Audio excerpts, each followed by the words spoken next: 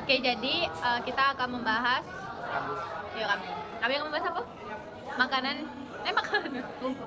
UMKM yang akan dipilih sebagai project kami. Oke, kami ada banyak nih. Pertama satu apa? Nih. Bawahnya Ini itu. sambal cabai terus. Ini ada apa namanya? Ini enak ini Bel. Ini enak guys. Apa namanya? Apa namanya? Apa namanya? Oh ya, pancake. Ada pancake. Setuju tak kalau pancake Ya, ini? terus ada satu lagi. Satu lagi ada. Nih. Seblak ya nih. Ngegrill. Grill. dulu. Oke, kita lanjut ke Besok ya. besoknya. Kita besok akan wawancara lanjut. Ya. Cekidot. Bye.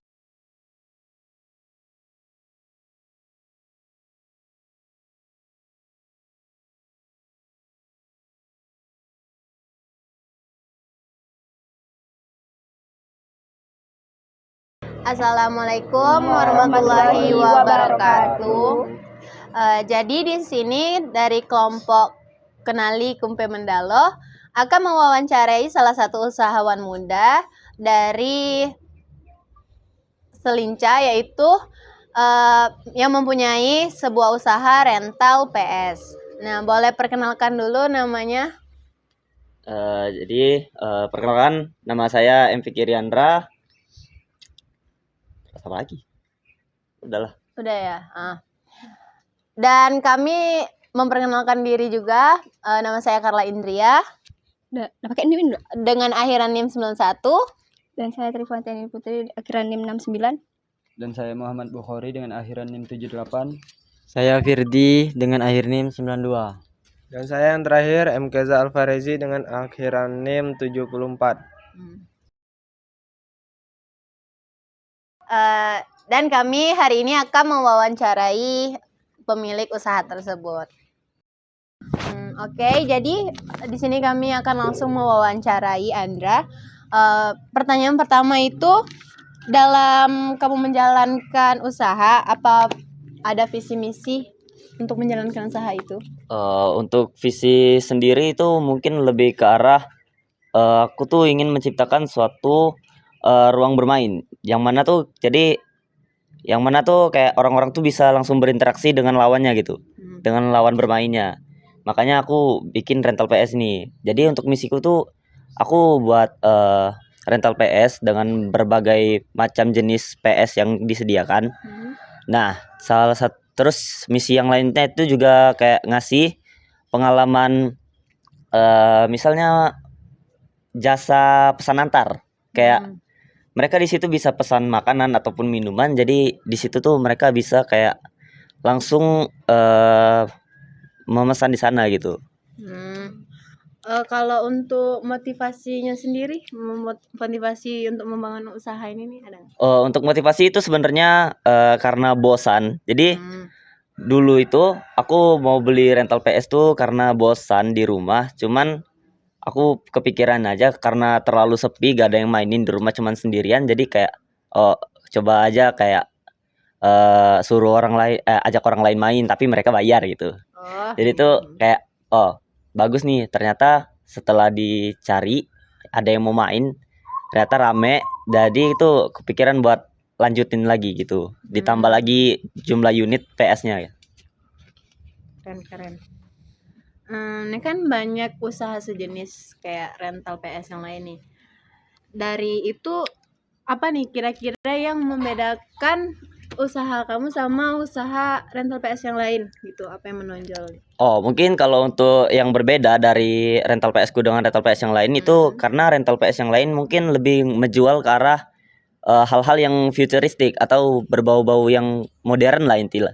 Jadi itu kayak mereka tuh menjual sesuatu yang bisa membuat mereka nyaman. Sedangkan untuk rental PS ku tuh itu cuman rental PS sederhana. Jadi tuh kayak cuman disediakan TV dan tempat duduk biasa. Nah, jadi mungkin itu bisa lebih memberikan kesan nostalgia untuk player-player atau pemain-pemain rental PlayStation yang lama, tapi juga tetap nyaman bagi pemain-pemain baru. Oke, lanjut kita ke pertanyaan yang akan ditanyakan oleh Tripanti. Di sini saya akan menanyakan, pernahkah Anda menghadapi situasi di mana orang lain meragukan ide atau keputusan Anda? Bagaimana Anda menyikapinya? Sebenarnya kalau untuk diragukan itu pasti, misalnya tentu dari orang tua lah, mau nyediain modal misal. Itu kan karena nggak mungkin saya sebagai seorang yang masih muda, terus masih mahasiswa itu bisa buka rental PS sendiri gitu, dari modal usaha sendiri, nggak mungkin.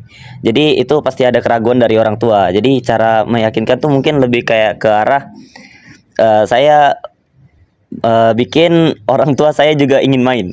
Jadi jadi ayahku tuh bisa ku bujuk supaya ini biar ayah bisa main PS lagi loh, bisa gitu. Oke Bang, pertanyaan selanjutnya, pernahkah Abang mengalami kegagalan kecil dalam usaha? Nah, bagaimana cara Abang menanggapinya? Kegagalan ya. Kalau untuk kegagalan tuh sebenarnya lebih ke arah susah cari pelanggan, karena itu kan dibikin rental PS itu di rumah, jadi belum ada orang tahu kalau kayak di rumah kita tuh ada rental PS. Jadi mungkin lebih ke cara cari pelanggannya aja. Dan mungkin kalau ditanya cara aku nyelesain masalah itu aku mulai dari promosi lewat adekku. Jadi adekku ini dari teman-teman sekitar komplek gitu diajakin semuanya, kayak mau main di rental ini enggak, mau main PS dah gitu. Oke Bang. Baik, apa yang membuat Abang yakin untuk tetap melanjutkan usaha meski ada banyak tantangannya? Kalau motivasi utama sih jelas duit ya. Aku butuh duit untuk uang jajan tambahan lah istilahnya. Terus bagaimana biasanya Abang berinteraksi dengan pelanggan atau rekan usaha lainnya? Kalau untuk berinteraksi dengan pelanggan itu jelas harus sopan lah ya. Karena itu pasti suatu kunci lah sukses buat bisa dipercaya pelanggan. Jadi itu intinya lebih ke arah ya ramah aja lah. Baik, pertanyaan terakhir dari saya. Jika ada stick atau mesin PS yang error setelah dirental oleh konsumen, bagaimana cara Abang menanganinya? Mungkin kalau dari kerusakan di stick ya, itu kami sudah pasti nyediain sebuah langkah penanggulangan. Jadi aku sudah beli beberapa stick PS yang bisa dijadikan alternatif kalau terjadi bug atau kerusakan di satu stick yang lain. Nah, sedangkan kalau untuk terjadi error di masalah PS-nya, itu biasanya aku ada sistem yang namanya penyimpanan waktu. Jadi dimana sebelum aku nge-restart PS-nya, di situ aku ngeliat dulu waktu yang tersisa dari konsumen itu masih ada berapa. Misal masih ada tersisa 23 menit. Nah, jadi nanti kami bakal kasih waktu 30 menit. Anggap aja itu tuh kayak semacam ganti rugi lah. Baik. Pertanyaan selanjutnya, saat merasa lelah atau jenuh, bagaimana cara Abang menjaga semangat untuk tetap berusaha rental PS tersebut? Mungkin kalau diajak bicara realistis udah pasti duit ya, karena pasti keinginan utama untuk berbisnis itu pasti dari keinginan untuk mempunyai uang.